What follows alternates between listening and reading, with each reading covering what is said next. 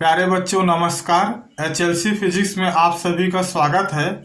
आज कक्षा 12 के भौतिक विज्ञान में हम लोग विद्युत बल रेखाओं को अध्ययन करेंगे। कभी कभी विद्युत बल रेखाओं को विद्युत क्षेत्र रेखाएं भी कहते हैं। सर्वप्रथम इसकी परिकल्पना जो है माइकल फैराडे ने की थी। तो हम ये जान लेते हैं कि विद्युत बल रेखाएं है क्या। जब एकांक धनावेश को विद्युत क्षेत्र में रखते हैं तब एकांक धनावेश पर स्थिर बल लगता है, जिसके कारण एकांक धनावेश अपने मार्ग में चलने लगता है।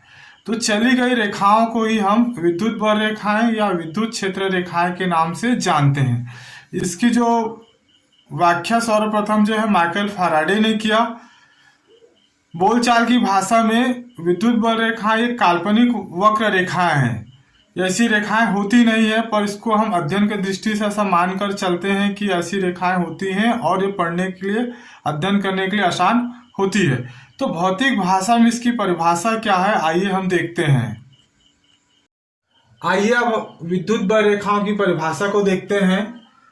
परीक्षा में विद्युत बल रेखाएं या विद्युत क्षेत्र रेखाएं से आप क्या समझते हैं और इसके प्रॉपर्टीज को लिखिए, ऐसा क्वेश्चन आपसे पूछा जाएगा। भौतिक विज्ञान में जो परिभाषा है वो एक स्टैंडर्ड परिभाषा है। जब परिभाषा को एक स्टैंडर्ड लैंग्वेज पे लिखेंगे तभी हमको एक नंबर आपको परीक्षा में मिलेगा।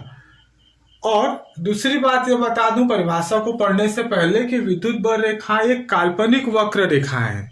आगे मैं बताऊंगा ऐसा क्यों कहा जाता है। सबसे पहले परिभाषा को देख लेते हैं।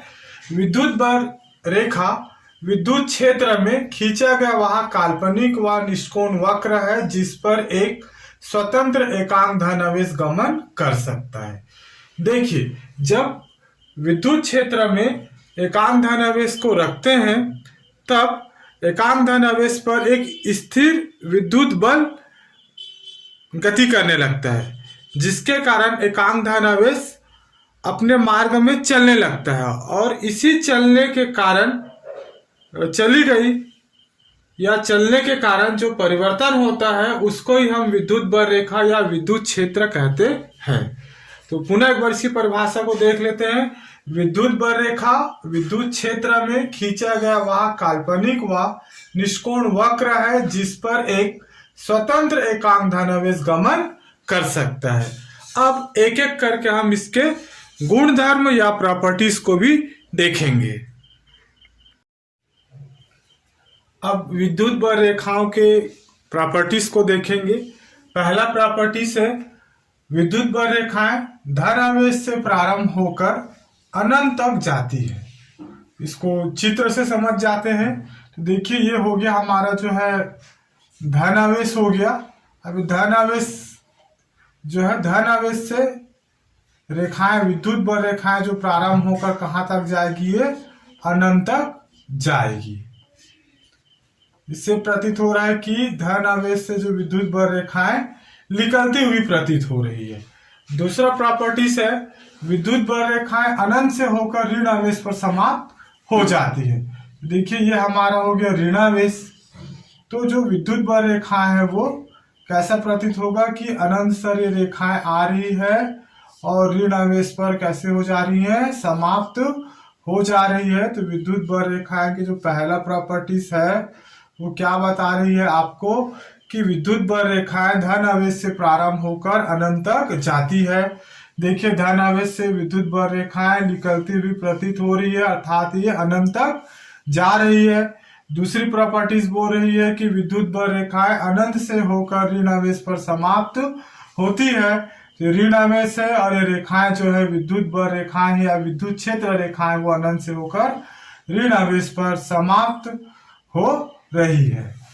थर्ड प्रॉपर्टीज, दो विद्युत बल रेखाएं एक दूसरे को कभी नहीं काटती है। इसको परीक्षा में बहुत बार पूछा गया है, क्या कारण है कि दो विद्युत बल रेखाएं एक दूसरे को कभी नहीं काटती है। देखिए, इसका आंसर ये होगा, यदि दो विद्युत बल रेखाएं एक दूसरे को काटती है तो इस विद्युत बल रेखाओं के कटान बिंदु पर दो स्पर्श रेखाएं होंगी, जो कि संभव नहीं है। यही कारण है कि विद्युत बल रेखाएं एक दूसरे को कभी नहीं काटती। फोर्थ प्रॉपर्टी से विद्युत बल रेखाएं चालक की सतह से कैसे निकलती है? अभिलंबवत निकलती है। पांचवा प्रॉपर्टी से जिस क्षेत्र में विद्युत बल रेखाएं सघन होती है वहां पर विद्युत क्षेत्र की तीव्रता अधिक होती है। इसी तरह जहां पर विद्युत बल रेखाएं विरल होगी वहां पर विद्युत क्षेत्र की तीव्रता कैसी होगी? कम होगी। देखिए प्रॉपर्टीज तो बहुत सारा है, परंतु एग्जाम पॉइंट ऑफ व्यू 4 से 5 प्रॉपर्टी सफिशिएंट है। प्यारे बच्चों, वीडियो अच्छा लगे तो हमारे HLC फिजिक्स यूट्यूब चैनल को सब्सक्राइब करें, लाइक करें, कमेंट्स करें। धन्यवाद।